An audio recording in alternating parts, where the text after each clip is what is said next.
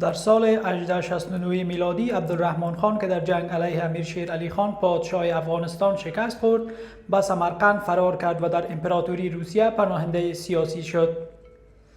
مقام‌های روسی از او به خوبی استقبال کردند. امپراتور الکساندر دوم پیش از اینکه او را به سن پترزبورگ دعوت کند، از او خواست عکس خود و مقام‌های همراهش را برای وی بفرستد.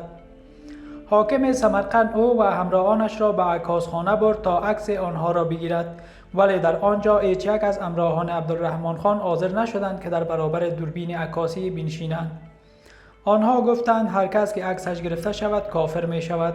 عبدالرحمن خان در تاج التواریخ کتاب خاطراتی که به او منسوب است می نویسد: پیش از این فکر می کردم که مردم ما اندکی هوش دارند، حالا مطمئن شدم که هیچ هوشی در سر آنها نیست.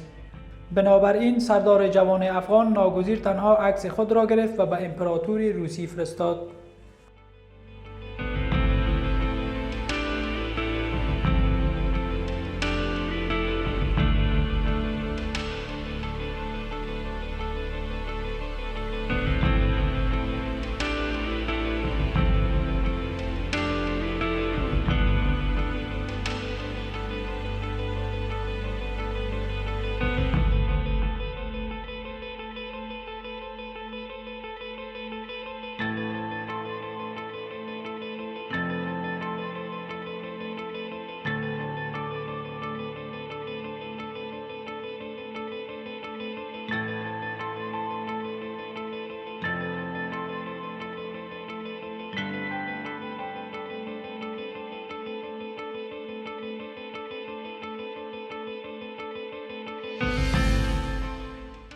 همزمان با این در آنسوی مرزهای جنوبی افغانستان، امیر شیر علی خان رقیب عبدالرحمن خان در همان سال به شهر امباله در هند رفت و مهمان امپراتوری بریتانیا شد.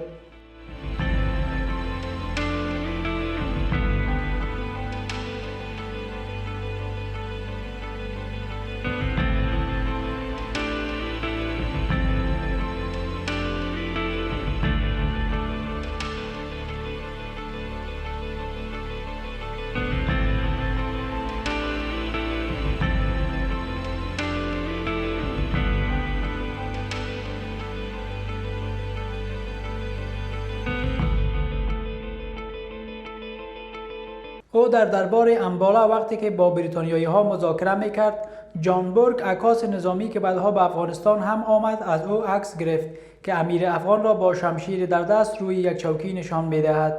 این عکس نخستین عکس یک پادشاه افغانستان است. پس از این خارجی های زیادی به عکس گرفتن از افغان ها ادامه دادند، ولی خود افغان ها به عکس گرفتن سالها بعد و در اوایل قرن 20 آغاز کردند. البته عکس گرفتن از دربار شروع شد و امتیازی بود که فقط درباریان از آن بهره می بردند. عکاسی و رواج این فن در افغانستان به دوره سلطنت امیر حبیب الله خان پادشاه افغانستان باز می گردد. در واقع او خود نخستین عکاس افغان بود. پس از این خارجی های زیادی به عکس گرفتن از افغان ها ادامه دادند.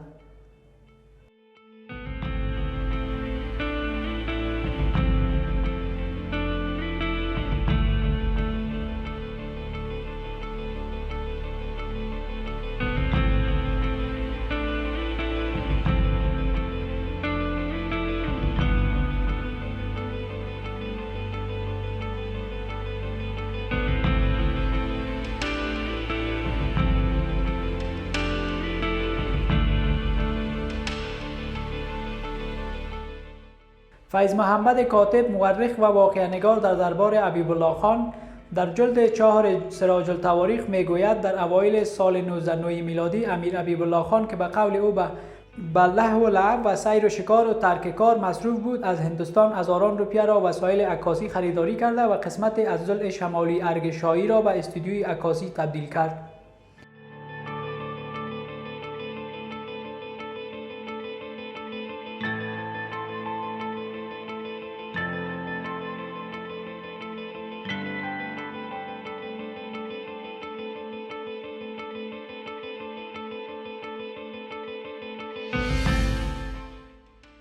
امیر گروهی از درباریان را با فنون عکاسی آشنا کرد تا کار شستن و روتوش کردن عکس ها را انجام بدهند. این شاگردان بیشتر از اعضای دربار بودند.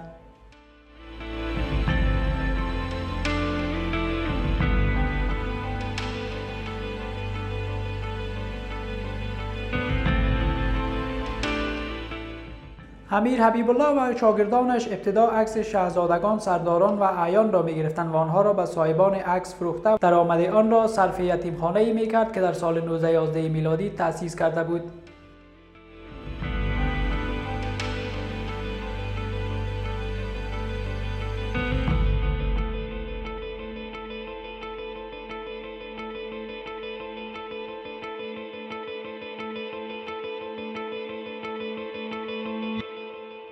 گفته می شود همزمان با استودیوی عکاسی که در قصر سلطنتی در کابل ایجاد شده بود، یک عکاس هندی نیز در شهر کابل عکاسخانه‌ای باز کرده بود و از مردم عادی عکس می گرفت، ولی این موضوع را کاتب در سراج التواریخ ذکر نکرده است.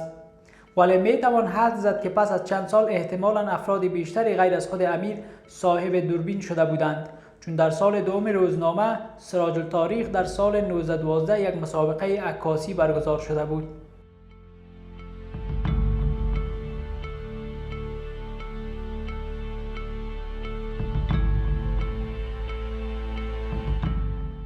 چون در سال دوم روزنامه سراج الاخبار در سال 1912 میلادی یک مسابقه عکاسی برگزار شده بود. روزنامه سراج الاخبار در گسترش عکاسی سهم مهمی را ایفا کرد.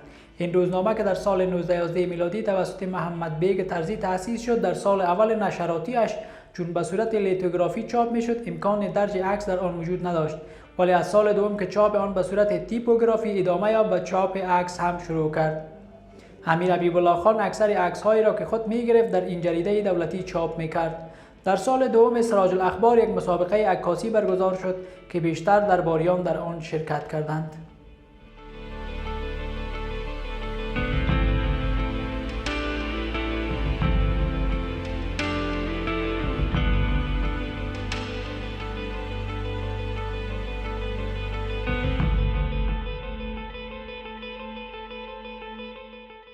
نتیجه این مسابقه در شماره دوم با چاپ 2 عکس برنده اعلام شد.